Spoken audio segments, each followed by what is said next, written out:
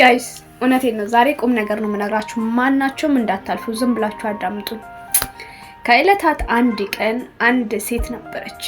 እሷም ባሌ አይወደኝም ብላ ጦንቃይ ጋር ትሄዳለች። ጦንቃይ ጋር ስትሄድ ጦንቃዩ ምንድነው ችግርሽ ስላት፣ አይ ባሌ አይወደኝም፣ ስለዚህ ስለማይወደኝ የሚገል መድኃኒት ስጠኝ፣ ቀስ እያለ የሚገል መድኃኒት ስጠኝ አለች። ቀስ እያለ የሚገል መድኃኒት? አዎ ቀስ እያለ የሚገል መድኃኒት።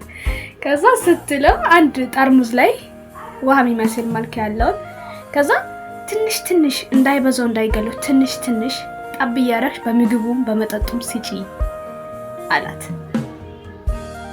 ይዛው ሄደች።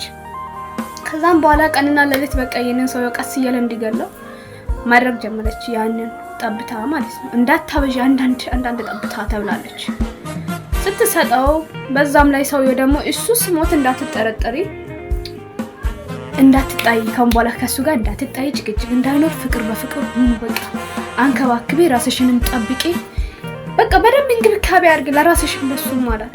ከዛ ያንንም ጠብታ እየሰጠችው ራሷንም ማንከባከብ ሰውየውንም ማንከባከብ ጀመረ።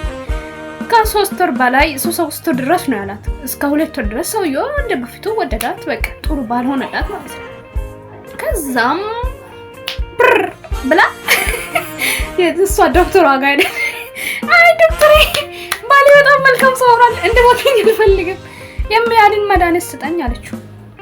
የሚያድን መድኃኒት ነው የምትፈልጊ? አዎ የሚያድን መድኃኒት ስጠኝ፣ እንድሞተኝ አልፈልግም፣ አሁን ጥሩ ሰው ሆኗልና እንድሞተኝ አልፈልግም አለች። ከዛም ዶክተሯ ምን ብል ጥሩ ነው በቃ እንድሞትልሽ ነው ማትፈልጊ? እንደሱ ከሆነ ካሁን በኋላ ያንን ጠብታ አቆሚና አሁን የሚሰጥልሽን አድርጊ ማለት። እሺ ምንድነው እሱ?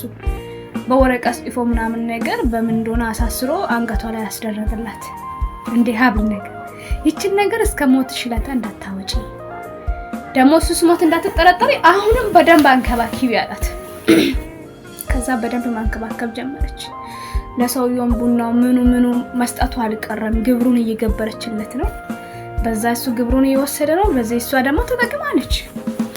ከዛም በኋላ ከእለታት አንድ ቀን ከዘመናት በኋላ ሰውየው ይሞታል። ሴቷም በጣም ታመመች። ከዛም ልጆቿ አድጓልና እማዬ አንገትሽ ላይ ለዘመናት የተቀመጠ ነገር ምንድነው ብላ ስጠይቋት፣ በሞት ያታውልቁት አይወጣም ይሄ ነገር አለች። አይወጣም ይሄ ነገር ስትለው ልጆቿ በቃ እንደ ስትለው ተዋት። ከሆነ ጊዜ በኋላ እናትየው ትሞታለች። ጊዜ መጥቶላ ሞተች። ስትሞት ልጆቿ ይሄንን ከፍቶ ሲያዩት ባልሽ ቢወድሽ ባይወድሽ እኔ ምን አገባኝ የምንበት ዘመናት አብል አድርጋ የኖረችው ይባላል። ጋይስ ከዚህ ነገር ምን እንደምትማሩ አላውቅም። ጀስት በጣም የገረመኝ ታሪክ ነው። ብዙ የምናያቸው ነገር እማመን የለብንም ማለት አንጻርም፣ ሌላ ደግሞ አልፎ ሰው እንዲወደድ ምንም ማድረግ የለብንም። መወደድ ከእግዚአብሔር ዘንድ ነው፣ ከሰው ዘንድ ብትወደዱ ለጥቂት ጊዜ ነው። እና በጣም ጋይሶቼ ላይክ ሼር ማድረግ ኮፕሊንግ ማድረግ እንዳትረሱ። እወዳችኋለሁ። ባይ ባይ።